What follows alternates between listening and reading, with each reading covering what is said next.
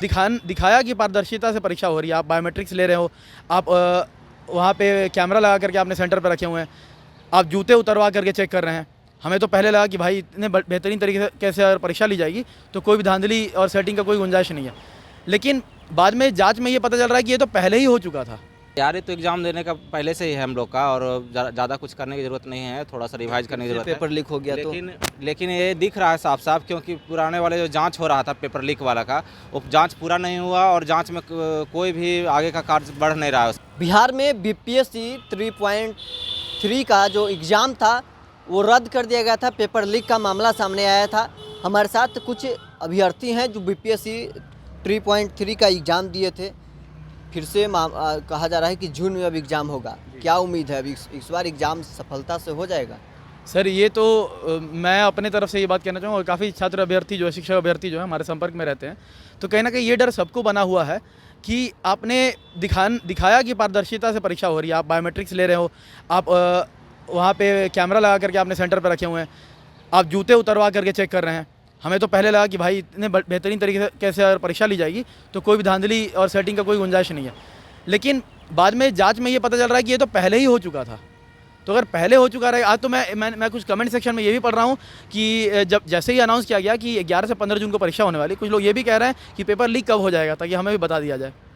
मतलब अभी भी डर बना हुआ है पेपर लीक होने का? डर बना हुआ है। और एक चीज़ मैं मीडिया के माध्यम से ये बात कहना चाहूँगा कि आर्थिक अपराध इकाई बिहार पुलिस मुख्यालय का अंग है, उसने जब इस बात को कह दिया था कि भाई लीक हुआ है पेपर और इस तरीके से ये लोग पकड़े जा चुके हैं, उसके बाद भी जिस तरीके से बीपीएससी पहले डिनाई कर रही थी, ठोस सबूत मांग रही थी, मेरे शब्द नहीं है, बीपीएससी के शब्द हैं, उसके बाद कुछ मंत्रीगण हैं अभी तत्कालीन सरकार में, वो कह रहे थे इनिशियली कोई पेपर लीक नहीं हुआ है।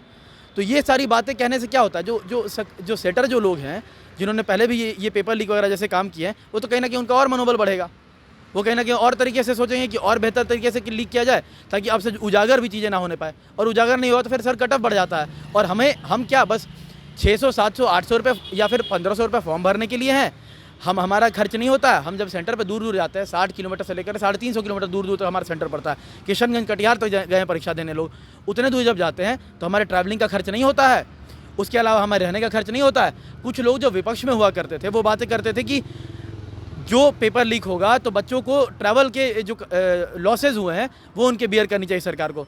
बीच में जब वो सरकार में आए तो उनकी भी बोलती बंद हो गई। तो जनता और छात्र विश्वास करे तो कैसे करे, किस पे करे? फिर से आप लोग अब तैयारी कर रहे हैं एग्ज़ाम देने का?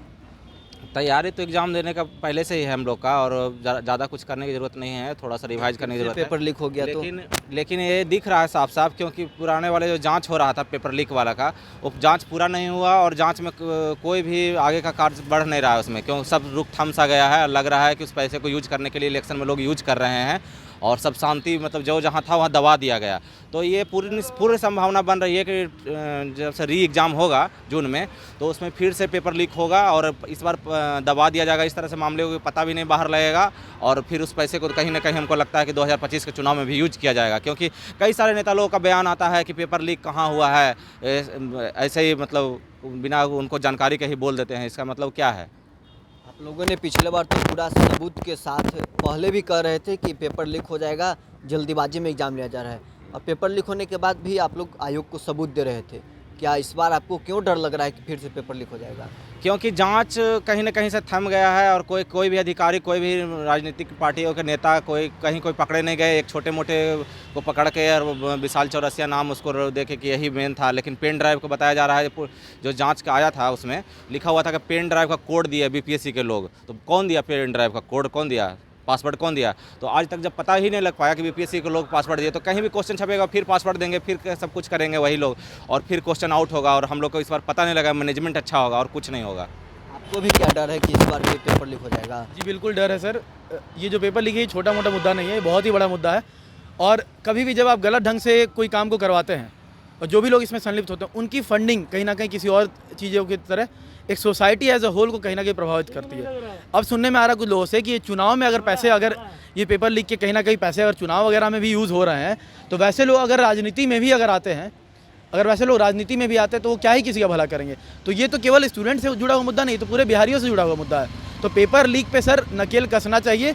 और जैसे आर्थिक अपराध इकाई ने शुरू में काम किया, हम चाहें कि उनको खुली छूट मिलनी चाहिए कि वो जो भी लोग इसमें संलिप्त, चाहे वो बड़े से बड़े नेता क्यों ना हो, उनको पकड़ा जाए और जनता के सामने ये बताया जाए कि भाई ये लोग संलिप्त है, आज के बाद ये पेपर लीक कभी भी नहीं होगा। हम इसका आश्वासन लेते हैं। और अगर गलती से लीक हुआ तो जितने भी खर्चे और मानसिक प्रताड़ना जो हमें होती है, परीक्षा के लिए जाना, उसके बाद लौटना और फिर निराशा हाथ लगना, ये मानसिक प्रताड़ना के तहत अगर कंज्यूमर पोर्टल में भी कोई कंप्लेन कर देता है तो बहुत सारे बार ऐसे जजमेंट आया है कि मानसिक प्रताड़ना के लिए भी जो बॉडी है उनको पैसे देने पड़े हैं।